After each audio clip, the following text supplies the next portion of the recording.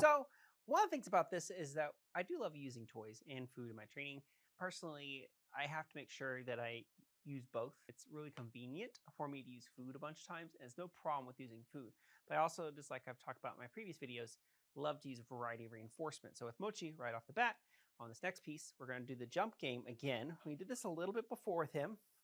We're going to review it, but we're going to use a toy so that way he can practice that opportunity. And they're going to play a Startline game, and I may pull out the food for that just to see what we can get out of it. But our toss toy out there, I'm going to say, jump, get it. Good boy, super, what a good dog. Very good job. And we're using a jump bump because we want to make sure we're not having him or asking him as a puppy to do a lot of jumping. And so it's just a way of working on the jump exercise without having to worry about too much compacting his joints. So we're going to do a couple of these with him anyway, though.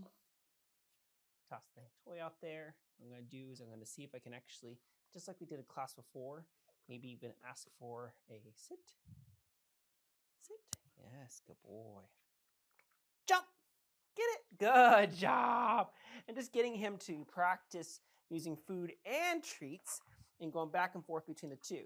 So that's just the ideal situation for me, is to be able to have a dog that can do both the idea of I can play with you and with toys, and I can also engage with you with food, both at the same time, and it makes it much easier to work. So what we're going to do is we're going to amp this up a little bit. Now, toy might be a little too much, but after seeing that, I'm pretty impressed with that. I'm going to add a bit of a Startline stay. We haven't done much of that. So what I'm going to do, my goal is to get him to stay on this platform as I go to the other side and release him to a toy in my hand. Alternatively, I could throw the toy out there ahead of time, but as I move away from him, I have a little bit less of control over his stay and him getting his own reinforcement of the toy that's on the ground. So I'm going to keep the toy in my hand for now. I'm going to get him lined up properly to the jump. Sit. Good boy. Good. Stay. Good. Come over here. And it's important when it working stay work with the dog or Startline stays that you reinforce the stay just as much as you reinforce the look up here. Sit. Stay.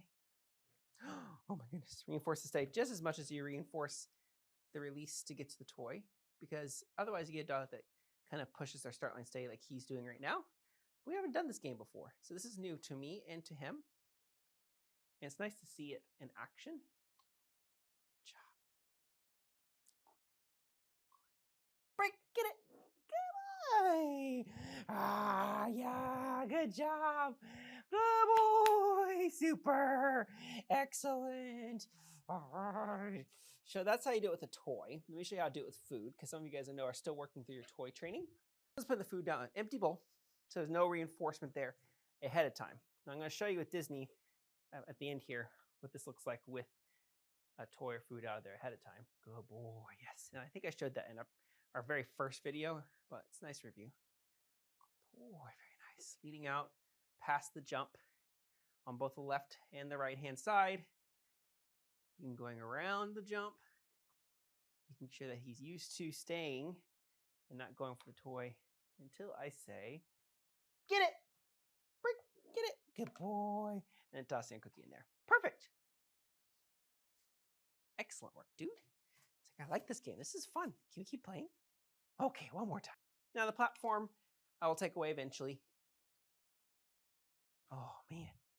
But for now, it's a very, very, very, very nice way of getting him to stay, making it easier for him to be successful on his stay. I think he got distracted. He heard some dogs barking outside. Wait. I think he's forgotten. Stay. What he's supposed to do. Get it! Good boy. Super. Awesome. Part of that was him releasing on me opening my treat pouch. So that is a problem that our dog will sometimes anticipate the release.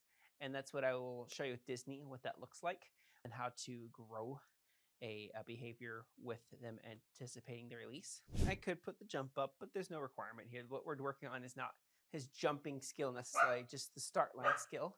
So we're leading out way past here. He's being a good boy. Stay.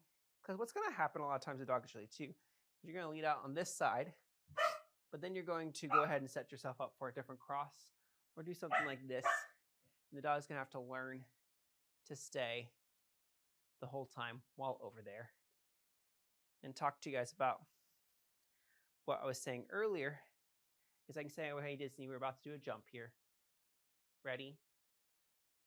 Jump! Jump! That's a good boy. Nice. He's like, are you sure I was working stays? Good shot. Such a good shot. We'll be playing a lot of games like this in class, but the same thing as I was doing at the tunnel too is we can add anticipation to this exercise by having me go running. And if he gets out of a sit, we're asking him to go back into a sit. Sometimes we'll also do running start line stays. Jump!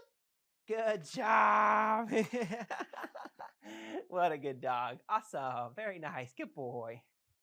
Just mixing it up and getting your dog to have a good start line stay. Now, I have a lot of emotions around start line stays for me personally, because I've had a lot of dogs that have had great success at it. And like Disney being one of those, I think that he's been really good. Why I've been talking to trainers about telling him ahead of time what's going on. The problem I've had recently with start line stays is that he gets so excited because he's, it's like a window into his big old playground of obstacles, and he doesn't know what he's going to do, so he gets amped up.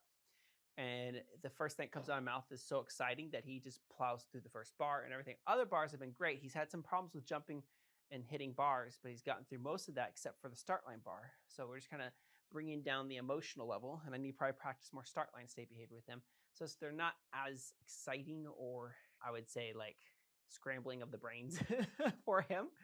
For some dogs, it's very emotional too, and too emotional at times. And so for some of my corgis in the past, I had to just go ahead, actually just one of my corgis and my French Bulldog, Sushi. The environment itself was so overwhelming that adding a stay was so mentally taxing at the beginning that they're already handling the environment with the people and the dogs and the sounds and smells and all that stuff, and adding a stay on top of that was just so mentally draining for them. But by the time they got to the first obstacle, they were just toast mentally. So we had to start line just like getting them ready and holding them there, and then me just booking as hard as I can alongside with them.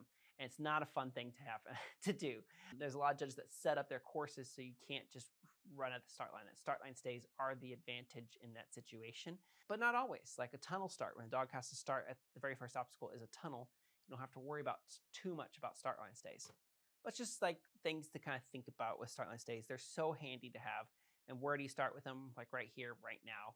And also just great to teach your dog how to do a fantastic stay around high levels of distraction, because the reinforcement's out there. I want to go chase that toy. I want to go get that food out of the bowl, but I have to stay. And if I stay, I get reinforcement. So this is good for just basic obedience and general life, because when your dog's doing a sit stay in public, there's so many things that they could do and have a fun time going to do, but they have to listen to you and stay instead. Thanks for joining here on the Doggie Dojo. I am so excited that we're doing this journey together. If you have any questions or comments, please leave them down below. As always, have some fun with your dogs, and we'll see y'all next time.